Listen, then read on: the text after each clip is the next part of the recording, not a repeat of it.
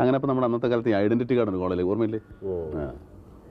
ഈ identity card ഒരുത്തൻ്റെ എൻ്റെ നിന്ന് വീണ് കിട്ടിയപ്പോൾ എൻ്റെ പേര് ഇങ്ങനെ മുഹമ്മദ് കുട്ടി എന്നാണ്. നിൻ്റെ പേര് മമ്മൂട്ടി എന്നാണ്. അങ്ങനെ എൻ്റെ പേര് മമ്മൂട്ടിയായതാണ്. അതായത് ഒരു കള്ളത്തരം വെച്ച് ഞാൻ പിടിച്ചു. എന്നെ അവർ പിടിച്ചിട്ട് ശശിധരൻ എന്ന് പറഞ്ഞിട്ട് ഒരു ഫ്രണ്ട്, അവനിപ്പോൾ എവിടെയാണാവോ. അപ്പോൾ അവൻ പാറ്റേൺ ടൂലാണ് പഠിക്കുന്നത്, ഞാൻ BA ഡിഗ്രി.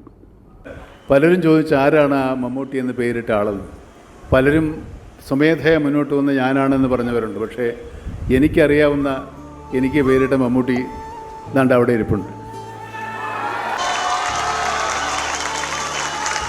നിങ്ങൾക്ക് കാണാൻ വേണ്ടി ഞാൻ പുള്ളിയെ ഒന്ന് ഇങ്ങോട്ട് വിളിക്കാം. അദ്ദേഹത്തിൻ്റെ പേര് ശശിധരൻ എന്നാണ്. എളവനക്കാടാണ് വീട്. അല്ല, വേറെ ഒന്നും കൊണ്ടല്ല, ഈ പല ആളുകളും ഈ പേര് ഇട്ട ആളാണെന്ന് അവകാശപ്പെട്ടുകൊണ്ട് പല പത്രങ്ങളിൽ എഴുതുകയൊക്കെ ചെയ്യുന്നു. അദ്ദേഹമാണ് എടവനക്കാടുള്ള ശശിധരനാണ് എനിക്ക് ആ പേരുണ്ട്.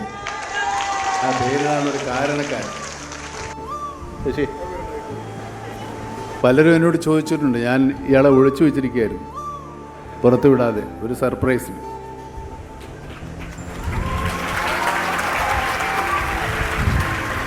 ഇങ്ങനെ 4 പേര് കാണുക ഇയാളെ പരിചയപ്പെടുത്തണമെന്ന് എനിക്ക് വലിയ ആഗ്രഹമുണ്ടായിരുന്നു. അതേതായാലും ഈ ഹോർത്തൂസിൻ്റെ ഈ വേദിയിൽ തന്നെ ആയതിൽ വളരെയേറെ സന്തോഷമുണ്ട്.